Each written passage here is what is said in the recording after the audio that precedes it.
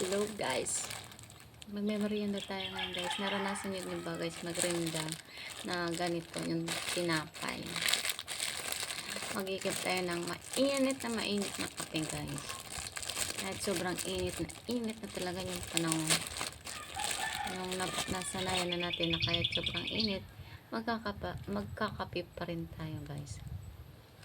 Tapos, isasaw-saw tong tinapay dito sa napakainit na kape.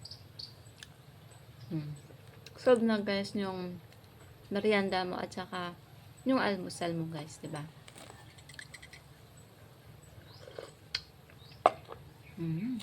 Alam ngayon guys, ang lilit ng mga tinapay na ngayon, piso.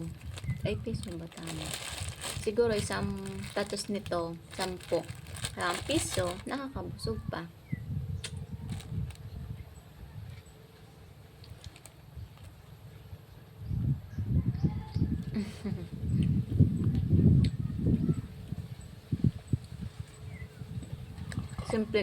Simple lang guys ang pamumuhay namin dito sa probinsya. Lamang guys. Bye bye. Salamat sa iyong panonood. Tara, magme-merienda muna ako guys.